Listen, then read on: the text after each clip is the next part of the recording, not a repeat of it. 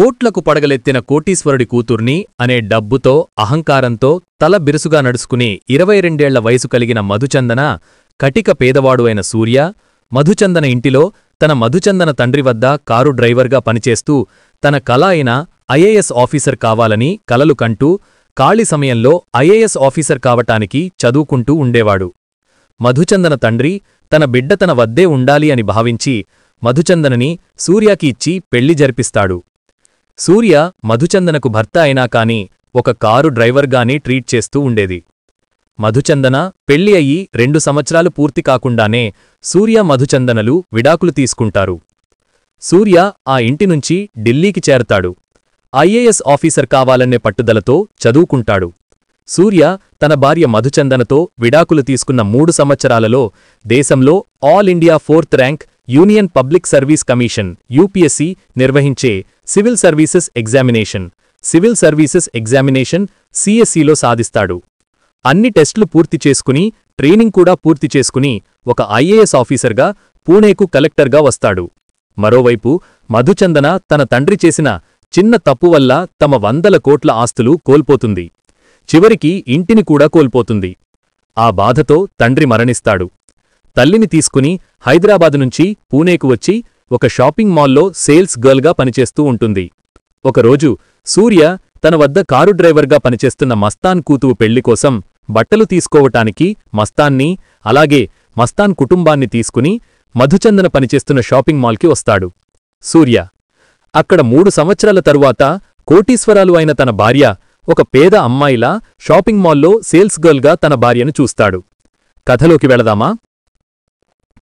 22 ఏళ్ల మధుచందన కోట్లకు పడగలెత్తిన CVR group అధినేత కూతురు. ఆస్తి, డబ్బు తెచ్చిన అహంకారం, తలబిరుసుతనం ఆమె నరనరాల్లో జీర్ణించుకుపోయాయి. డబ్బుతో దేన్నైనా కొనగలననే భావన తప్ప మానవ సంబంధాల విలువ ఆమెకు తెలియదు. ప్రపంచం మొత్తం తన చుట్టూ తిరుగుతుందనే భ్రమలో ఉండేది. 24 ఏళ్ల సూర్య కటిక పేదరికం నుంచి వచ్చాడు. అతని కల ఒక్కటే, ఐఏఎస్ ఆఫీసర్ కావాలి. ప్రస్తుతం మధుచందన తండ్రి ఇంట్లో కారు డ్రైవర్గా పనిచేస్తున్నాడు. పని ముగించుకుని అందరూ పడుకున్నాక తలగడ కింద దాచుకున్న పుస్తకాలు తీసి నిశ్శబ్దంగా చదువుకునేవాడు. అతని కళ్లలో కసి, పట్టుదల స్పష్టంగా కనిపించేవి. సూర్య ప్రతి ఉదయం మధుచంద్రను కాలేజీకి తీసుకెళ్లడం, తిరిగి తీసుకురావటం చేసేవాడు. ఆమె అతన్ని మనిషిగా కాకుండా ఒక యంత్రంలా చూసేది. ఆలస్యమైతే చిరాకుపడటం, చిన్న పొరపాటు జరిగితే నోటికొచ్చిన మాటలు అనడం నిత్యకృత్యం. సూర్య ఆ అవమానాలను భరిస్తూ తన లక్ష్యం ముందు ఇవన్నీ చిన్నవని, కేవలం తాత్కాలికమని మనసులో అనుకునేవాడు. మధుచందన తండ్రి సివిఆర్ నాయుడుకు తన కూతురు అల్లలి, అహంకారం తెలుసు. తన కూతురు ఎక్కడికీ వెళ్ళిపోకుండా కళ్లముందే ఉండాలని బలంగా కోరుకునేవాడు. అలాగే తన కూతురు ప్రవర్తనను మార్చగలిగే ఓపిక, సంస్కారం సూర్యలో ఉన్నాయని గమనించాడు. ఆయన తీసుకున్న నిర్ణయం అందరినీ ఆశ్చర్యపరిచింది. సివిఆర్ నాయుడు మధుచందనని పిలిచి సూర్యాకి ఇచ్చి పెళ్లి చెయ్యాలని నిర్ణయించానని చెప్పాడు.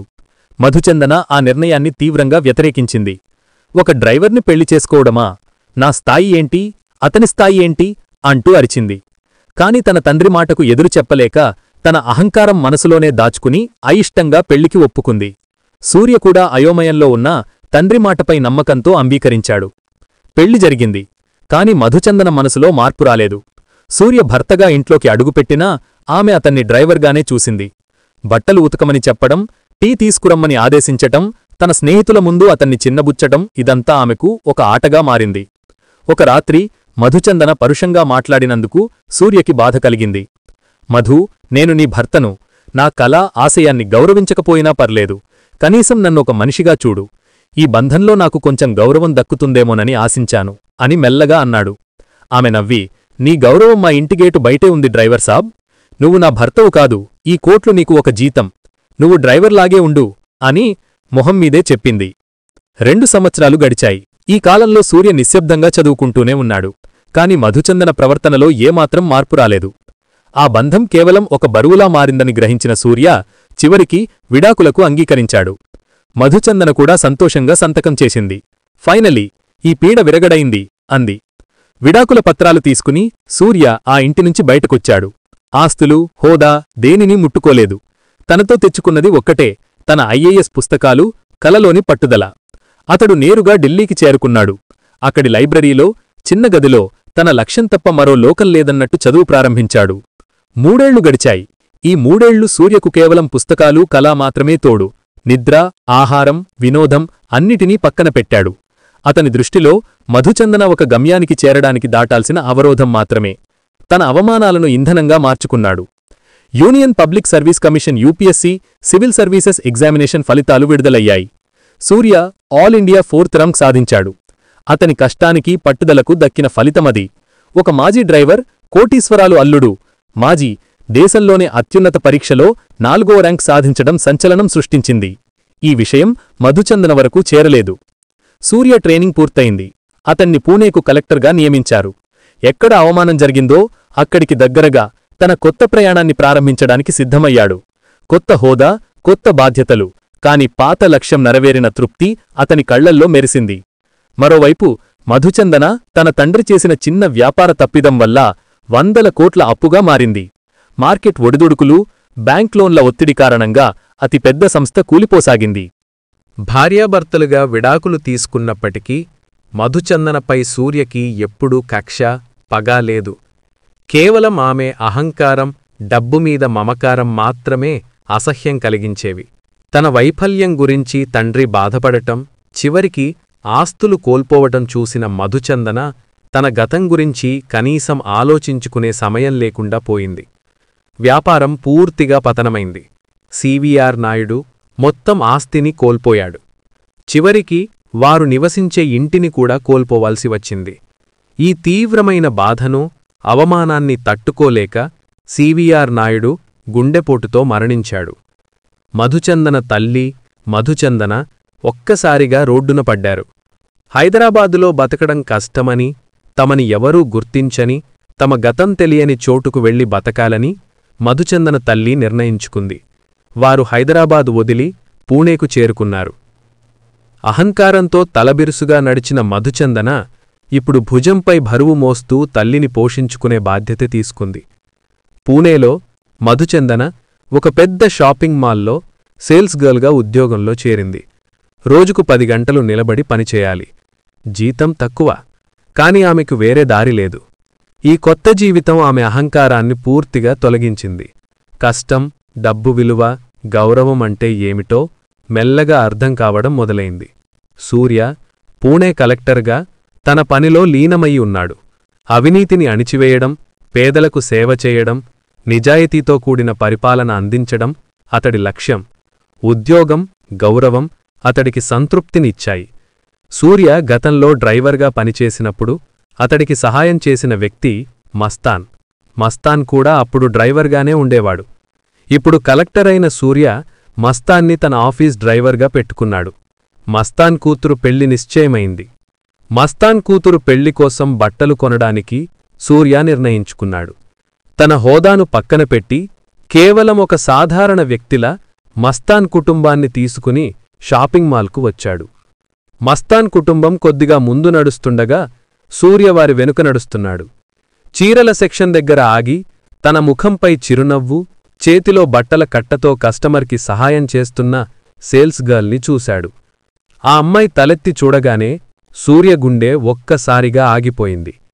ఆమె మధుచందన. 3 సంవత్సరాల క్రితం కోటీశ్వరుల కూతురు, తన మాజీ భార్య. కాని ఇప్పుడామె ముఖంలో అహంకారం లేదు. అణిగిపోయిన దీపంలా అలసటతో ఉన్న కళ్ళు, కష్టం ఆమె ముఖంలో స్పష్టంగా కనిపించాయి. ఆమె అలికిడి విని తల పైకెత్తి చూసింది. సూర్యను చూడగానే ఆమె షాకయింది. కళ్లల్లో నీళ్లు తిరిగాయి. మధుచందన తన భావోద్వేగాలను అణిచివేసుకొని వృత్తిధర్మాన్ని పాటించింది. మీకేం కావాలండి? ఏవైనా చీరలు చూడాలా? అని అడిగింది. ఆమె వాయిస్లో గౌరవం, వినయం మాత్రమే ఉన్నాయి. సూర్యకు మాట రాలేదు. ఆమెను చూసి అవసరం లేదు అని మెల్లగా చెప్పి మస్తాన్ వైపు వెళ్లాడు. మధుచందన కళ్ళు అతన్ని అనుసరించాయి. బట్టలు కొన్నాక బయట కారులో కూర్చొని ఉన్న మస్తాన్ సూర్యతో మాట్లాడటం మొదలుపెట్టాడు. సార్, ఈ మధ్య మధుచందన వాళ్ల గురించి చాలా విన్నాను. ఆస్తులన్నీ పోయాయట. వాళ్ల నాన్న కూడా చనిపోయాడట. ఇప్పుడు ఈ పూణేలో తన తల్లితో కలిసి ఉంటున్నదట అని చెప్పాడు. సూర్య ఆ విషయం విని ఒక్క క్షణం నిశ్శబ్దంగా ఉండిపోయాడు. ఆమె పతనమతడికి సంతోషం కలిగించలేదు, కేవలం జాలి మాత్రమే కలిగింది. మరుసటి రోజు కలెక్టర్ ఆఫీస్ కారు మధుచందన ఇంటి ముందు ఆగింది. కిందికి దిగిన సూర్య మధుచందనను ఆమె తల్లిని చూశాడు. మధూ, గతంలో నువ్వు నన్ను గౌరవించలేదు. అది నీ అజ్ఞానం. ఇప్పుడు నీకు కష్టం వచ్చింది. నాకు పగలేదు. కేవలం నన్ను డ్రైవర్గానే చూసినా కారు డ్రైవర్గా నేను నీకు భర్తనయ్యాను. ఈ హోదా, ఈ ఉద్యోగం నీకు అమ్మగారికి ఒక గూడివ్వటానికి మాత్రమే ఉపయోగపడాలి అన్నాడు. ఆమె కన్నీళ్లు పెట్టుకుంది. మధుచందన ఉద్యోగం మానేసింది. సూర్య ఆమెకు ఒక చిన్న వ్యాపారం పెట్టడానికి సహాయం చేశాడు. ఆమె అహంకారం పోయి వినయం, కష్టం పట్ల గౌరవం నేర్చుకుంది. ఇప్పుడు వారిద్దరూ ఒకే గూటిలో ఉన్నారు. మధుచందన తన గతానికి పశ్చాత్తాపపడి సూర్య కాళ్లమీద పడింది. సూర్య ఆమెను లేపి, మన జీవితంలో డబ్బు, హోదా అనే మబ్బులు తొలగిపోయాయి. ఇప్పుడు నిస్వార్థమైన ప్రేమ అనే సూర్యకాంతి పరిమళించింది. ఆ రోజునుంచి వారిద్దరూ భార్యాభర్తలుగా, స్నేహితులుగా ఒకరినొకరు గౌరవించుకుంటూ తమ జీవితాన్ని మళ్లీ కొత్తగా ప్రారంభించారు. మధుచందన తన తప్పులను దిద్దుకుని సూర్య నిజాయితీని, ప్రేమను అర్థం చేసుకుంది.